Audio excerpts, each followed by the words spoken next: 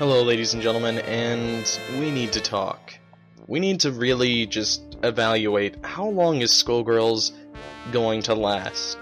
I know a lot of us, for people that are fans of Skullgirls, hope that it lasts for an extremely long amount of time, like as long as Street Fighter 3 Third Strike, or as long as Super Smash Bros. Melee has lasted. But let's get real here. It's not going to last that long after the last DLC is released. Now, let's just evaluate what can be used to, well, elongate it. So far, what has been used to elongate it has been the news around Kickstarter and, you know, good things like that, and a bunch of new characters and DLCs and changes. That's great. You know, that's great for a lot of people, and that's going to allow the game to, you know, last a little bit longer. It was practically not that much alive before that. So that's good to let it, you know, last a little longer, but after the last DLC, well, it's not going to last that long. For my opinion, it's probably going to last casually for about, at best, a year after the last DLC, and competitively, at the very best, 3 to 2 years. Now, let's actually talk about things that could be implemented or happen to maybe even elongate it, or even make it just last for an extremely amount of longer time. Now, the things that could happen is Skullgirls is bought by Lab Zero, or Skullgirls is bought by a bigger company, a bigger publisher. Let's say if they sold themselves to EA and were able to make a Skullgirls 2, then hype around Skullgirls would be, you know, ecstatic. People would go like, wow, there's gonna be a Skullgirls 2, you know, hugely funded and all that stuff, so I better play Skullgirls 1 to get myself into the game. That's great.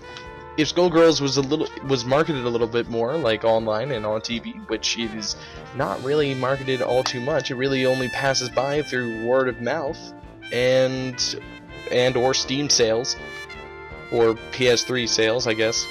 But still, it's not really marketed all too well. If it had a lot of better marketing behind a really big publisher, that would be great. It would really make the game last a lot longer and get people into it. Now, let's be honest, the competitive scene for Skullgirls is great.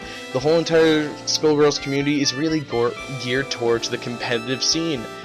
But that isn't good for longevity, that it's fully really geared towards the competitive scene.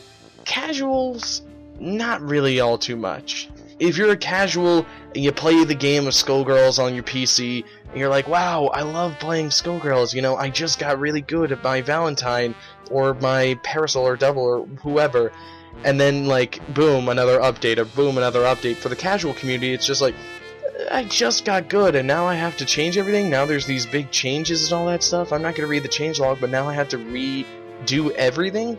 You know, the casual community really isn't that far into big changes into Skullgirls. You know, ginormous changes that could change the whole entire thing. Competitive-wise, people love it. But casually, people can get a little bit iffy on that. I just got good with this character. Why is it changing? Why is my character getting worse? Oh, my character got better, but I don't feel like it got better because I'm not playing the way I used to. You know, things like that. You know, it's not really geared towards the casual community, and it's really not been geared towards the casual community for so long. Skullgirls, for so long, has been wanting to be a game that's been played at main stages like EVO, but it just hasn't been.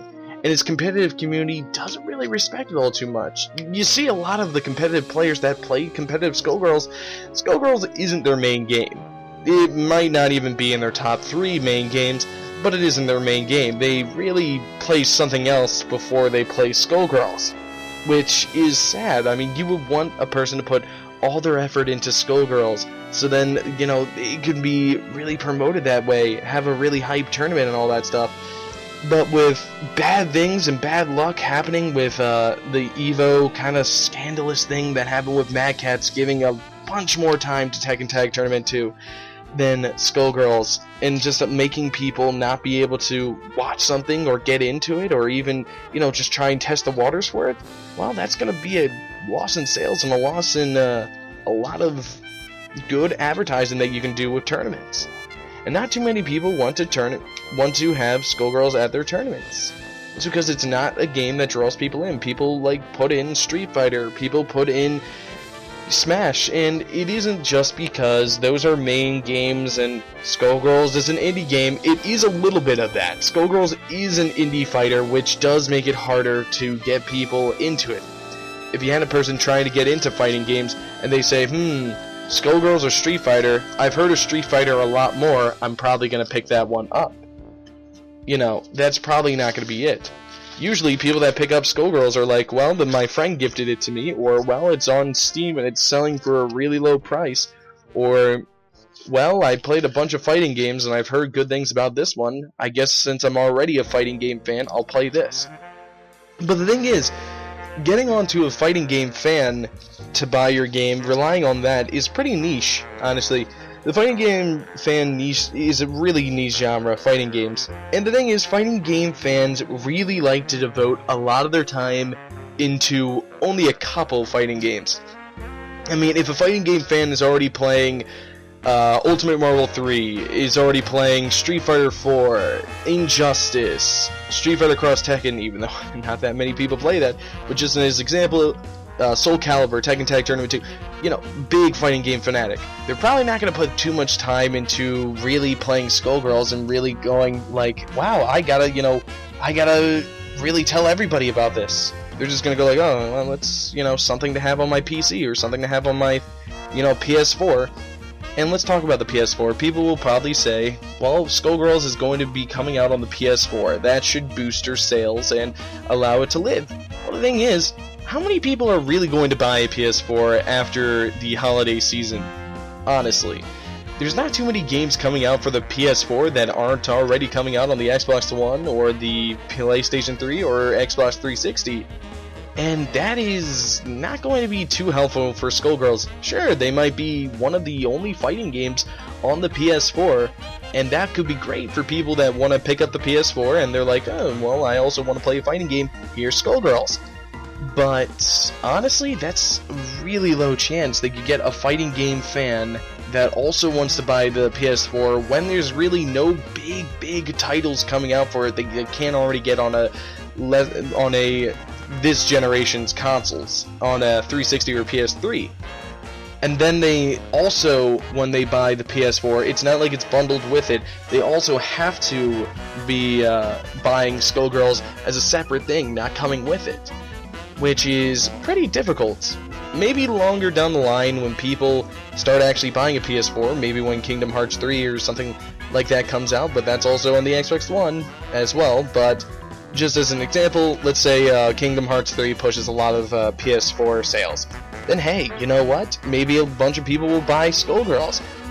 Well, they also have to rely on, hey, does this person like fighting games? Which, since fighting games are a niche genre, it still is going to be a pretty niche genre, and it's going to take a while for, you know, the Skullgirls on the PS4 to really pick up. And honestly, between the time that it could pick up and between the time that it hasn't already picked up, there's probably going to be a new fighting game coming out, whether it be like Street Fighter 5 or something or other. And that will overtake Skullgirls. Maybe when they buy it, they'll be recommended Skullgirls, but it'll probably take precedence over Skullgirls in the PlayStation 4 market.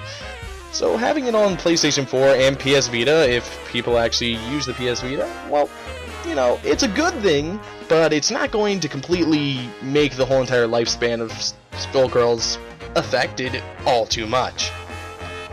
Now, Skullgirls casually, honestly, there's not too many things casual players can have in Skullgirls. There is quick matches, which is, you know, it's okay, but it still feels like a rank match. Honestly, I think they could really try and market to the casual people a little bit more, make a ranked match that actually gives you ranks, and then make a player match. So then people that want to be more competitive aren't matched up with the people that are playing more casually. Which is a big thing that I've actually been hearing a couple complaints about by a couple of people. I've been asking on my own stream about opinions on their on Skullgirls' lifespan, and I will tell you guys that at the end. But I've been hearing that it's pretty hard for casuals to really get in because everybody plays so competitively. So a way to like kind of ease that in is maybe make some sort of player match and then get a whole entire ranking system for ranked matches. So then you appease both the casual and hardcore fans. maybe put in a online tournament mode. More modes would probably be great. I mean, the new recording mode is great and all, but that doesn't really go for the casual community. If you get like an online tournament mode, or maybe even a offline survivor mode, I think that's going to really help the casual gameplay, because a lot of casuals do like to play offline as well. Many hardcore people love playing online to hone their skills against the best of the best. But a lot of casual people like to play offline, maybe in easy mode, or just like watch the stories or something like that. And the thing is, they don't really have too many modes for that. They've got story mode, and then arcade mode, and then that's it. That's all. If you don't have a friend to play with and local, that's it. That's all you've got. And I guess training mode, but that doesn't really count. So I think adding maybe an offline survival mode would be great to kind of garner in a little bit more of the casual audience. And hey, you know what? If they play survival mode enough, they'll become a little bit more of your hardcore audience and help promote it even more. So honestly, Skullgirls has a lot of really big hardcore competitive fans, but it doesn't have that many casual fans. It doesn't have the casual core, and it needs more casual fans than it needs competitive fans. Look, it's great and all if you can have Skullgirls at a tournament, but just having people go to your one little tournament where not too many people are going to watch if they're not already Skullgirls players, well, that isn't that great compared to putting in a bunch of modes that casual people would love to just go in and go like, wow, this has blah blah blah mode, this has, you know, easy mode for me. For me getting into the new game, this has easy mode. Even though Skullgirls has a great entrance to fighting games with its amazing tutorials, and even Quick Match, I have said before, is pretty good that it's not ranked to bring people down, but still, you're still matched up with the best of the best, even if you are some of the worst of the worst. And that could really make a lot of casual people not that happy. And the thing is, in Skullgirls, I've gone on Skullhard and I've even got complaints to me on myself for my channel and my Twitch channel that I really, you know, I'm too casual. I make too much stuff for the casual audience. I should only be playing Skullgirls to be competitive. I should only do competitive tournaments, and I should only do competitive matches and match analysis. I shouldn't be talking to you guys with things, you know, just things. They might not even have to be with Skullgirls, but I shouldn't argue with, you know, Mike Z. I shouldn't argue with the competitive people. I should just play competitive, and that's it. I shouldn't, you know, I shouldn't appease to the casual, and I really find that a very dumb opinion, honestly. I mean, it is an opinion and you're allowed to have it, but honestly, the casual community is what is going to allow Skullgirls to live for a lot longer than the competitive community. That's great if Skullgirls can have a tournament from like 9 years from now, but are people going to still buy it enough to warrant a sequel? No. Skullgirls will be dead after the DLC. After the last DLC is launched, Skullgirls will be dead unless if it's bought by a bigger publisher and is made to make Skullgirls 2, or if it is going to actually have a lot more casual people joining it. Which, in all honesty, DLC characters aren't really gonna get casual people in it. If you go on to any of the advertisements for Skullgirls and you go like, wow, huh, you're not gonna think, wow, huh, you know, Beowulf or Eliza, I like this one character, so I'm gonna buy this $15 game and then spend another $5 or $3 or whatever the price is. I'm a backer, I don't need to pay for it, but I'm gonna spend this amount of money to buy a whole nother character just so I can use that one character that I need to buy a game for, then buy its DLC for. Probably not the best. Probably not going to get a bunch of casual people in there. Mostly the people that are buying the DLC are people that already play Skullgirls and are already into it. And that's great that Skullgirls is doing the trial period for its DLC characters.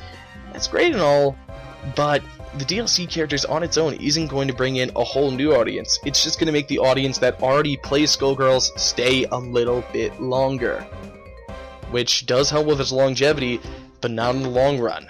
It needs more people to make videos. And I'm not talking about combo videos. Combo videos help, but it really kind of helps with people that already own the game. I'm talking about videos like, well, I guess what I make. Videos that kind of talk to you guys about what's happening in the Skullgirls, universe, what's happening with the Skullgirls scene, what's, cool about it, just talking about it, playing the game, and talking to you as if you are new. Honestly, if it's just marketed towards the competitive community, you're only going to get competitive people, and when they see Skullgirls' competitive scene, they're not going to make it their main game, and they might just not even want to play it at all. So, in all honesty, guys, what do you think? What do you think is going to be Skullgirls' lifespan realistically? Now, a couple of comments I've heard is Skullgirls is going to die in about a month or two after its last DLC. Honestly, I don't agree with that. I think maybe casually it'll die that way. Worst case scenario. But I don't really agree with that competitively. Competitively, I think it will survive a little bit longer. Maybe at worst case scenario, a year competitively. And another one I've been hearing is it's going to survive maybe at best 5 years competitively.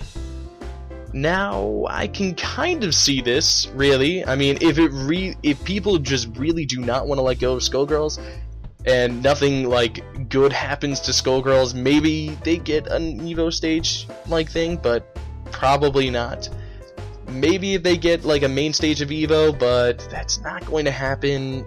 Maybe if something like a miracle happens, like, I don't know, Chris G, Justin Wong, Flocker, every big name like fighting game like player goes and plays Skullgirls, that might make it survive a little bit longer. But as we saw, that doesn't really mean getting a bunch of big names doesn't mean that your game's gonna survive for long. I mean, everybody, even the bigwigs like Justin Long and Chris T, they all jumped on Street Fighter Cross Tekken. But I know it's not a fair comparison. Street Fighter Cross Tekken wasn't a good game to begin with, and Skullgirls is a great game, so why wouldn't it do anything? Well, Skullgirls is an indie game, and that already has a prejudice on it. So, honestly, it's going to be very hard for Skullgirls to at least increase its lifespan without appeasing to the casual core that it needs. It needs a casual audience. So, ladies and gentlemen, I know this video has been going on for a long time, but we had to talk about this. So please tell me in the comments below, do you agree with me? Do you disagree with me?